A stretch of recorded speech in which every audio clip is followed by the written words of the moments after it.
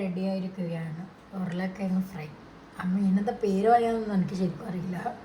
നമ്മൾ പുറത്തെല്ലാം പോയിട്ട് തിന്നുന്നില്ലേ ആ കൊള്ളിയും വെച്ചിട്ട് സാധനം, അതാണിത്. നല്ല ടേസ്റ്റായി. ഇങ്ങനെ എല്ലാവരും ഇത് ഉണ്ടാക്കി വെക്കണേ, ടേബിളിൽ തന്നെ ഉണ്ടാക്കും, നല്ല ടേസ്റ്റ് തന്നെ.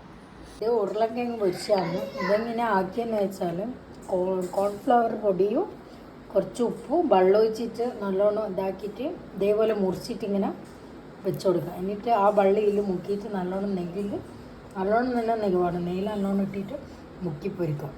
ഞാൻ അതിൻ്റെ വേണ്ട മസാല വേണം, അതെങ്ങനെയാണെന്ന് കാണിച്ചാൽ മസാലയിൽ മുളകിൻ്റെ പൊടി, ചാട്ട് മസാല, കുറച്ച് ഒറിഗാനോ, കുറച്ച് ഉപ്പ് ഇട്ടിട്ട് മസാല ഇവിടെ റെഡി ആയിരിക്കും വേണം. ഇനി നമുക്കത് ഇതിലേക്ക് ഇടാം.